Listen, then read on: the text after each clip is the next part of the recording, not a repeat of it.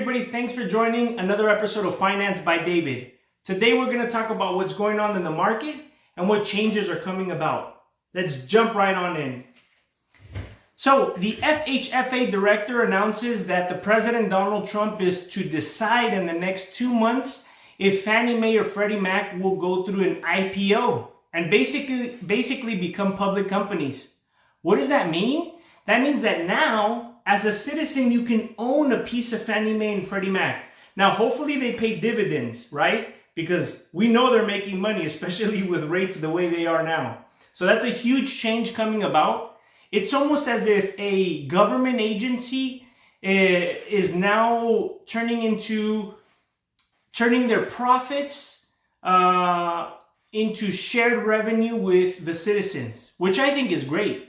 So let me know what you think. If you're in the stock market or invest in stocks, let me know what your thoughts are about this and what changes you think it could bring about the market. All right, moving on. National home prices rise in August despite stark regional declines. Eeh. We always love when houses go down in price unless you're the owner, and we all love it when houses go up in value and price if you already own the real estate. So let's dive right on into this article. Home prices across California, Oregon, and Washington surge at 3.8% lower from last year. Basically, houses are going up in value. Now, that's a little bit odd because rates are still on the higher end when you compare them to COVID. I think rates are exactly where they need to be. And the whole reduction of rates during COVID was something that should have never happened. But hey, we went through it. Let's take a look at what this article says. National house prices rose 0.4% from July to August, according to the House Price Index, data released on Thursday by the Federal Housing Finance Agency. The regulator of Fannie Mae and Freddie Mac reported that regulation trends underscored mixed markets conditions across the U.S. and they previously reported 0.1% national house price decline from June to July was revised to 0. National house prices rose 0.4% from July to August, according to the House Price Index released on Thursday by the Federal Housing Finance Agency. House prices rose 2.3% annually in August, the same rate of growth observed in July. House prices rose 4.2% from August 2023 to August 2024. So in 1 year, prices rose 4.2% in these areas. Now, among the 9 census division tracked by the FHFA, housing prices continue to show the greatest resilience in the Middle Atlantic division, comprising of New York, New Jersey, and Pennsylvania.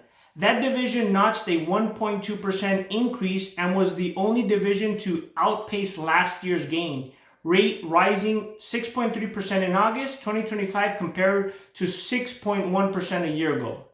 So house prices didn't go up so much in the areas of New York, New Jersey, and Pennsylvania, but they still went up a little bit, which is great. Now, typically what happens in the market is your interest rates, when they are high, prices go down a little bit. When rates are low, houses go up.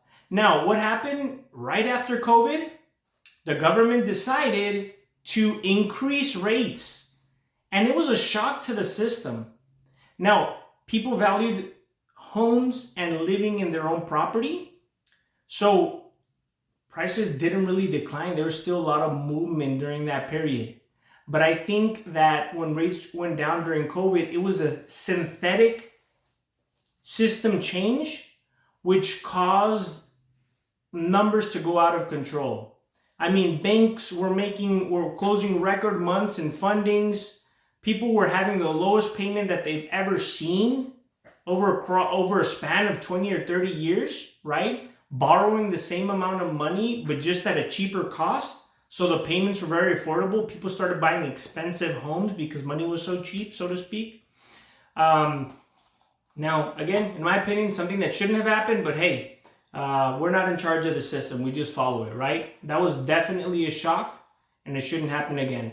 Moving on to another article, Freddie Mac data shows 30-year mortgage rates hovering near 6% at the start of 2026. And I don't just do videos, I actually work in the mortgage industry, so I see interest rates multiple times per day, and they change and fluctuate all the time. That is correct. Interest rates are about 6%. Actually, right now we're in January 9th of 2026. An FHA rate is in the mid fives and conventional rate is in the mid sixes. Now it's hard to just say, what is my interest rate, and give you an answer, because to decide an interest rate, you have to have a lot of determining factors. You need the product that you're going with. FHA and conventional always have different interest rates. Same thing with VAs or HELOCs, right? We need to see your credit score, how much equity you have in the property, right? All these things have to do with what interest rate you're going to get. And at the end of the day, what type of property too. Interest rates for a four unit building are different than interest rates for a single family home. So when you ask that question, just keep in mind, there are a lot of different factors that determine an interest rate.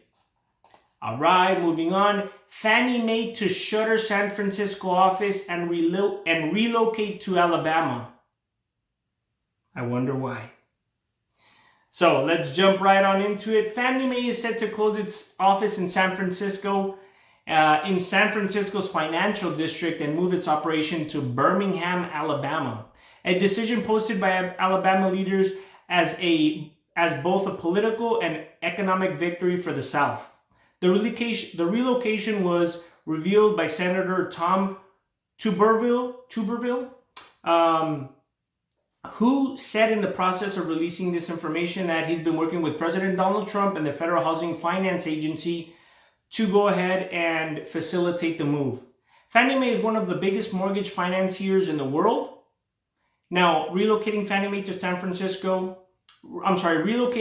from San Francisco to Birmingham will not only save taxpayers money, but it will bring jobs and opportunities to our state. Now, I know you're going to save money when it comes to taxes because you're going from California to Alabama. We all know California likes to take money from its citizens where it can, right? You have state income tax, you have federal income tax, and at the end of the day, San Francisco is not what it used to be 20, 30 years ago. If you go to San Francisco now, unfortunately, there's a lot of people that live on the streets. The pricing is out of control. So to buy a little tiny house, you need over $1 million usually, right? So a lot of people have now just decided to go to the streets. There's a lot of homeless people out in San Francisco, and it's not the cleanest metropolitan city that it used to be. That's just my personal opinion. Take it with a grain of salt. I always recommend you visit places that you've never been to at least have form your own opinion, right? But yes, I think it's a good move. They're going from San Francisco to Alabama, and I'm confident Alabama's going to be good to Fannie Mae. Moving on.